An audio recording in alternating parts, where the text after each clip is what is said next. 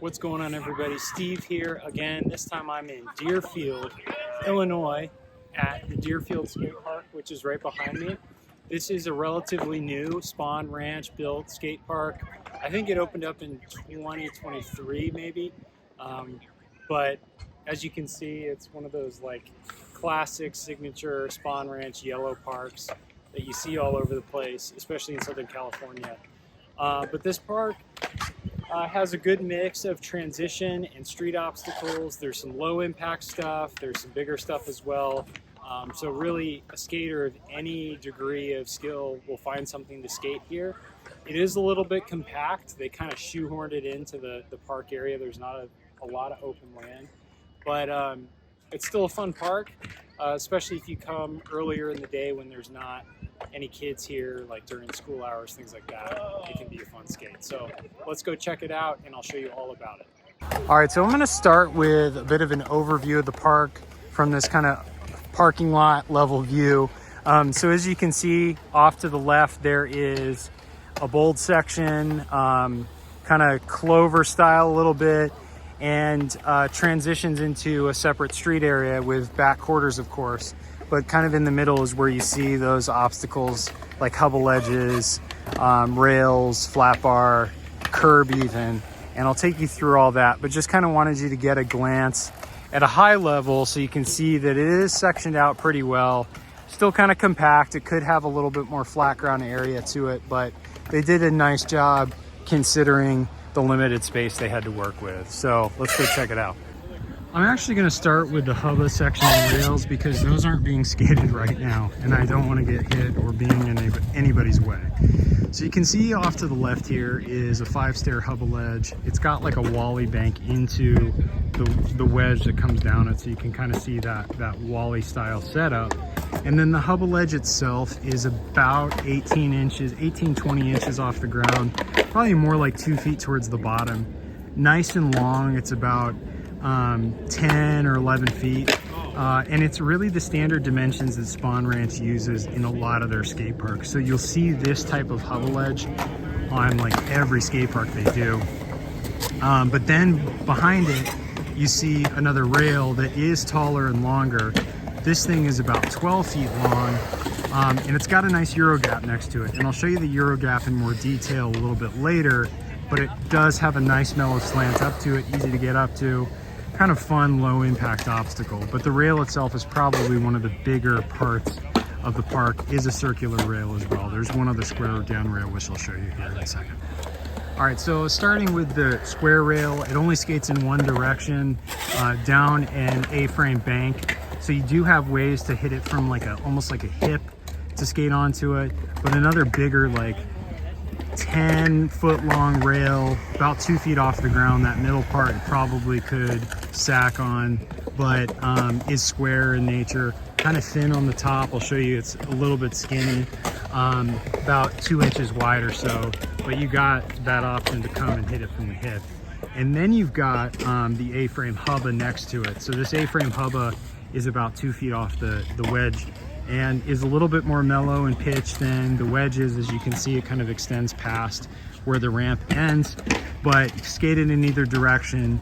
This A-frame does kick you up, so it's great for like no slides, tail slides, things like that, but get plenty of grinds as well. So nice, kind of more on the burly side, but good setup, I think. I would definitely be into it if I were more of a Hubbas ledge skater at this point in my life, but I'm not. Now I'm going to go through all the quarters, and I'm not going to go up to each and every one of them, but right in front of me you see about a 6.5 foot quarter. This thing does have a little bit of vert to it, but it's got about a 1.5 foot deck on top.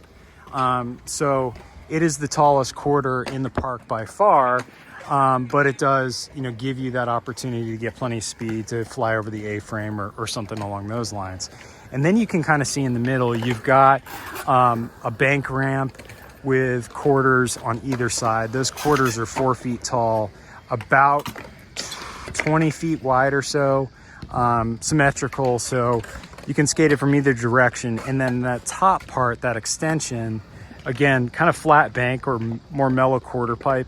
It doesn't have round coping on the top. It's actually more of like a rectangular style coping, but does give you the opportunity to do some like little hip tricks and stuff like that too, if you feel that way.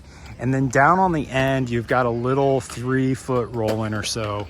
So if you're not comfortable dropping in yet, you've got that to get used to kind of the slopes of the quarters. All right, big flat bar next. This thing is a circular rail. It's about 16 feet long or so, and it is tall. It's maybe like 18 inches off the ground. So it is kind of difficult to get onto if you don't have pop. So this is not the type of flat bar you learn on, but it definitely helps you progress if you're used to that bit. If you want something more mellow, you're gonna have to go to a different park.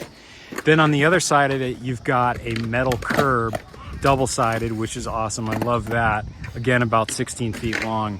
And then you've got this like manual pad setup without ledges.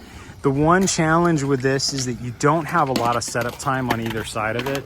So it's really challenging to set up for a good setup well and pop your tail and get onto it, simply because you're like literally maybe 15 feet of space before you're right at the ledge. So it's just not a lot of setup time. That could be a better element of this park, but you know, it is what it is. All right, so I mentioned this Euro gap, super mellow, only like a curb in height, kicks you up really nicely, so fun to do tricks, nice and flat too, on top and really smooth.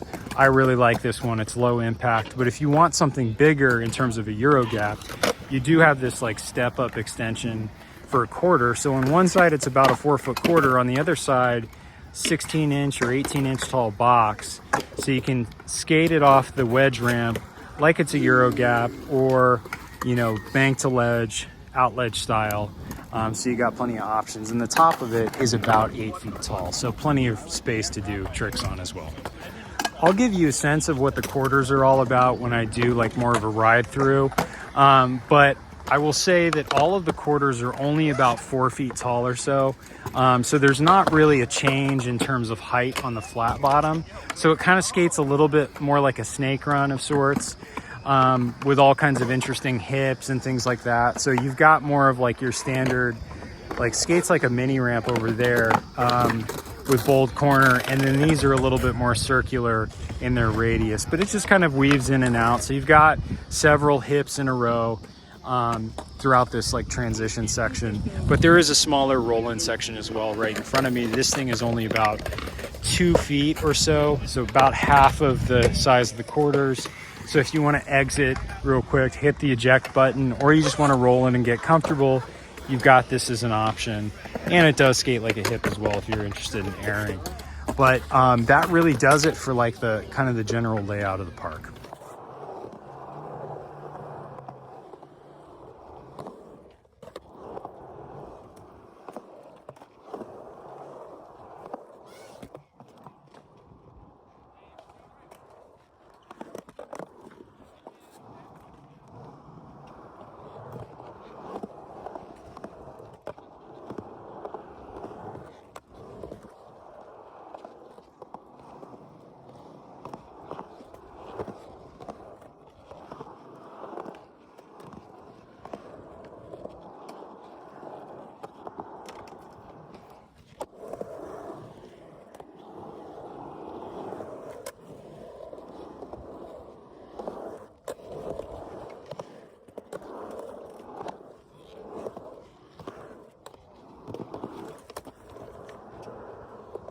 All right, so that does it for the Deerfield Skate Park. Hope you enjoyed the skate park tour.